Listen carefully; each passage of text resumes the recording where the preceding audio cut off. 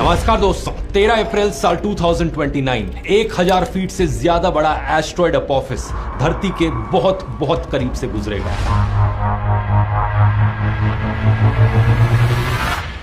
अगर यह धरती से टकरा जाता है तो ऐसी तबाही देखने को मिलेगी जैसी इंसानों के इतिहास में कभी ना देखी गई हो। हिरोशिमा पर गिराए गए बम से 1 मिलियन गुना ज्यादा एनर्जी रिलीज होगी।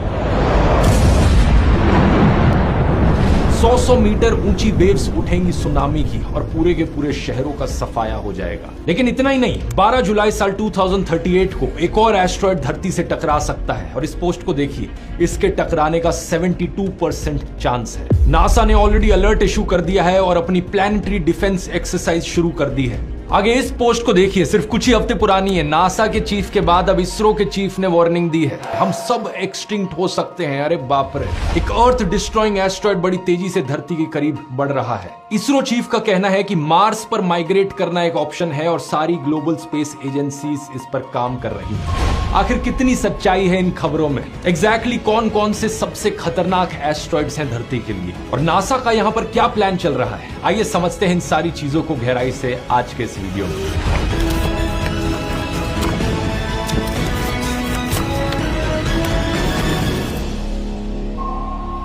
एस्ट्रॉइड्स को दोस्तों प्लैनेटॉइड्स भी कहा जाता है क्योंकि ये छोटे प्लैनेट्स की तरह होते हैं। ये बेसिकली कुछ बड़े से पत्थर हैं जो स्पेस में घूम रहे हैं। साइज में ये कुछ 10-20 मीटर के भी हो सकते हैं और 100-200 किलोमीटर के भी हो सकते हैं। सबसे छोटा एस्ट्रॉइड जो एग्जिस्ट करता है वो है सिर्फ 2 मीटर चौड़ा और सबसे बड़ा है सेरेस नाम से 940 किलोमीटर डायमीटर में।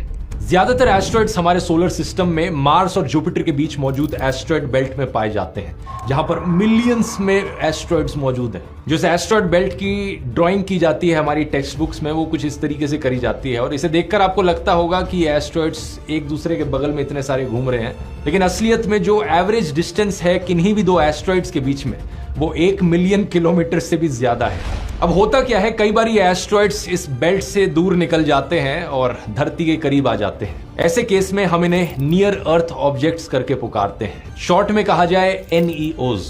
अब NEOs सिर्फ एस्ट्रॉइड्स ही नहीं बल्कि कॉमेट्स भी हो सकते हैं, मीटियोर्स भी हो सकते हैं, मीटियोराइट्स और मीटियोरॉइड्स भी हो सकते हैं। आप पूछोगे फर्क क्या है इन सब में? अब देखो दोस्तों, होते ये सारे के सारे पत्थर के टुकड़े ही हैं जो स्पेस में उड़ रहे होते हैं, लेकिन जिस तरीके से हम इन्हें डिफाइन करते हैं फर्क वहां पर आता है। जैसे कि एस्ट्रॉइड्स बने होते हैं पत्थर और मेटल के, कॉमेट्स बने होते हैं बर्फ, पत्थर और डस्ट के। इन्हें डर्टी स्नोबॉल्स भी कहा जाता है। एस्ट्रॉइड्स मार्स और जुपिटर के बीच एस्ट्रॉइड बेल्ट में पाए जाते हैं। कॉमेट्स स्काइपर बेल्ट में पाए जाते हैं। ये बेल्ट नेपट्यून के आगे है और दूर है सोलर सिस्टम में। कॉमेट्स जब स्पेस में उड़कर जाते हैं तो उनके पीछे